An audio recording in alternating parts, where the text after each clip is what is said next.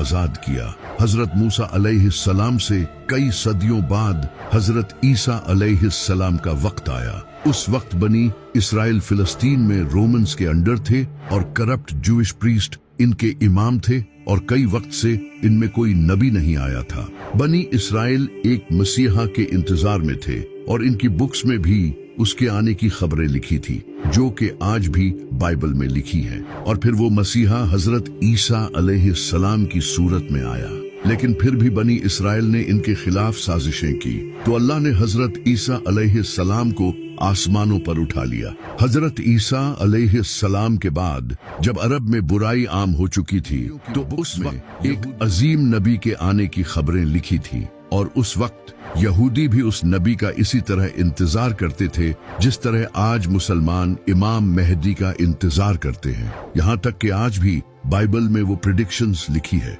इसके बाद फिर नबी सल्लल्लाहु अलैहि वसल्लम ने ऐलान नबूवत किया।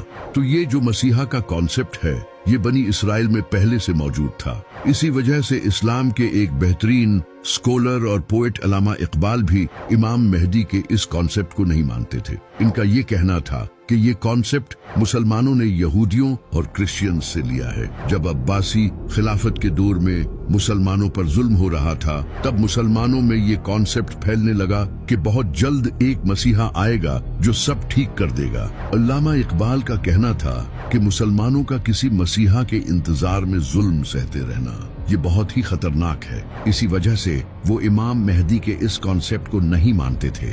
सिर्फ अल्लामा इकबाल ही नहीं, बल्कि इब्ने खालदून जो एक स्कॉलर और फिलोसोफर थे, वो भी इमाम मेहदी से रिलेटेड अहादीस की सनद से अग्री नहीं थे। लेकिन अगर देखा जाए तो इमाम मेहदी से रिलेटेड अहादीस तकरीबन हर बड़ी हदीस की किताब में मौजूद हैं, सिवाय बुखारी और मुस्लिम के। सुन्नी और शिया दोनों किताबों में कई अहादीस मौजूद हैं, वो भी बिल्कुल सही सनद के साथ। सिर्फ इस्लाम ही नहीं, बल्कि दुनिया के आज हर बड़े मजहब की किताबों में एक मसीहा के आने की प्रेडिक्शंस मौजूद है।